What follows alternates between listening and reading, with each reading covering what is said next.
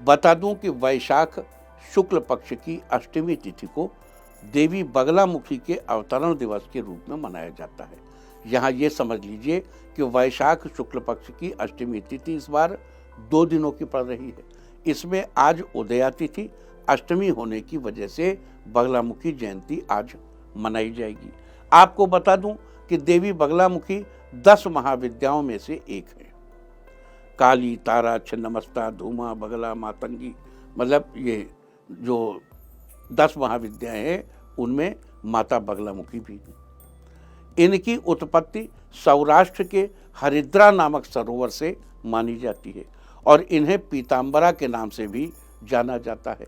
दरअसल पीताम्बरा का अर्थ होता है पीले हैं वस्त्र जिसके, यानी जिसने पीले वस्त्र धारण किए हों, और देवी बगलामुखी को पीला रंग बहुत ही प्रिय है। देवी माँ पीले रंग के वस्त्र धारण करती हैं और इनकी पूजा करने वाले व्यक्ति को भी कोशिश करके पीले रंग के ही वस्त्र धारण करने चाहिए।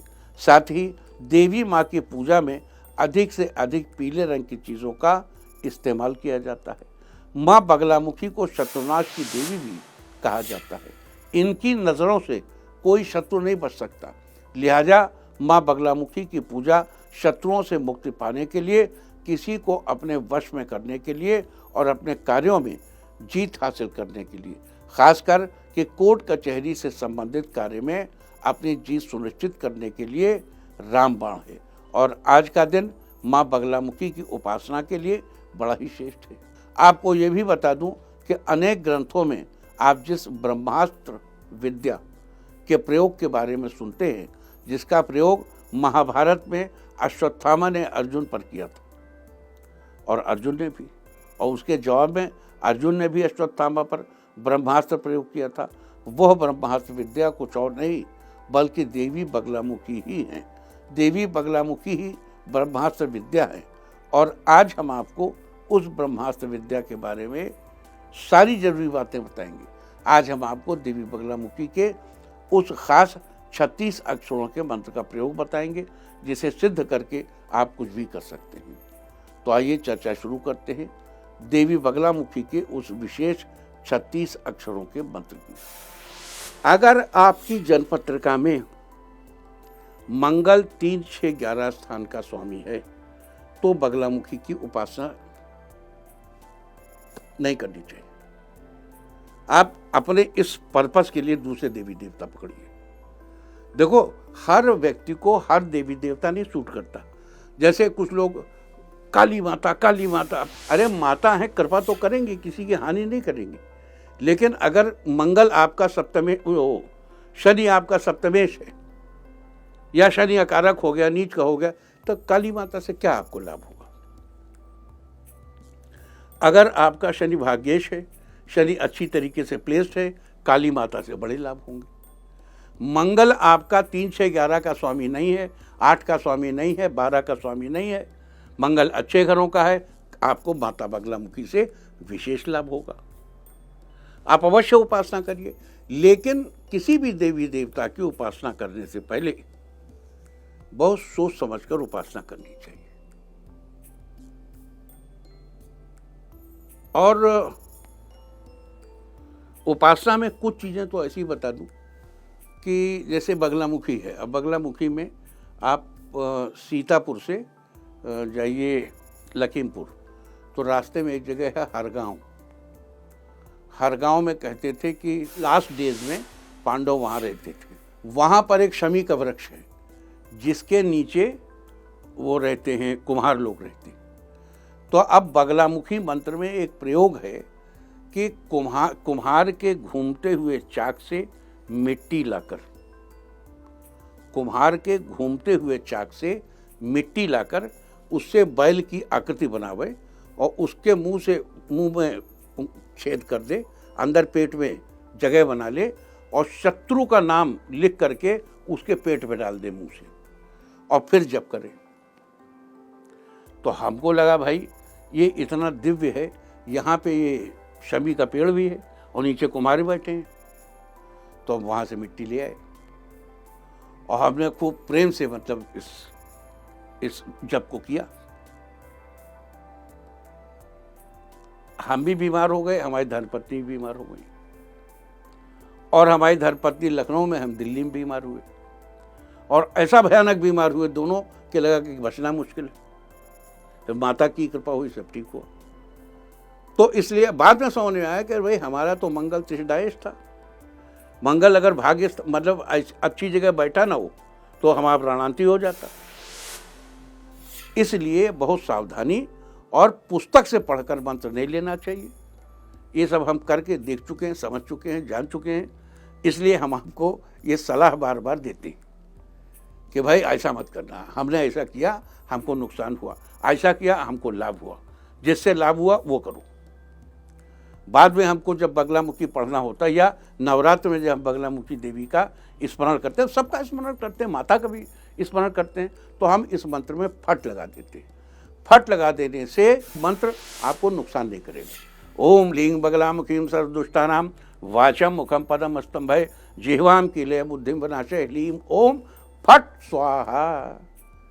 तो जिनका मंगल अकारक हो उनको अगर बहुत आवश्यकता पड़े माता का मंत्र जपने की तो फट लगा के करें। और आज के दिन देवी बगलामुखी के इस विशेष मंत्र का जप करने से आपको अपने शत्रुओं पर विजय के साथ ही कोर्ट कचहरी के मामले में भी जीत हासिल होगी और आपको किसी प्रकार का भय नहीं सताएगा। आप खुद को हर तरह सुरक्षित महसूस करेंगे। साथ ही आपको लंबी आयु की प्राप्ति होगी और आपको हर तरह से परीक्षा में सफलता मिलेगी। लेकिन आपको बता दूं कि देवी बगलामुखी के मंत्र को सिद्ध करने से पहले माता के यंत्र की स्थापना करनी चाहिए, और वो भी कैसे करनी है वो भी अभी बता देते हैं। सबसे पहले देवी बगलामुखी के धातु आदि के बने यंत्र को एक बर्तन में, अगर संभव हो तो तांबे के बर्तन में स्थापित करके उस पर उसको पहले धो पोंछ लीजिए, फिर घी से अभ्यंग करिए, घी से यंत्र को स्नान कराइए, फिर दूध और जल की धारा यंत्र पर डालिए, फिर शुष्क वस्त्रेण संशोष्य सूखे कपड़े से पोंछिए, और उसके बाद पीठ आदि के बीच में पुष्पों का पर यंत्र को स्थापित किए। जैसे पीठ बनाया आपने, उसमें फूल रखिए और उनके ऊपर यंत्र को रखिए। या तो आप उसकी वो बनवा लीजिए, अपना उसके बैठने के लिए आसन बनवा लीजिए, वरना पुष्पों पर करिए। फिर देवी बगलामुखी का ध्यान करते हुए यंत्र पर पीले फूलों से पुष्पांजलि दीजिए और धूप दीप आदि से उनकी पूजा करें। इस प्रकार देवी माँ का ध्यान करके यंत्र स्थापित कर पूजा आदि के बाद देवी माँ को नमस्कार करते हुए तब मंत्र जप शुरू करें।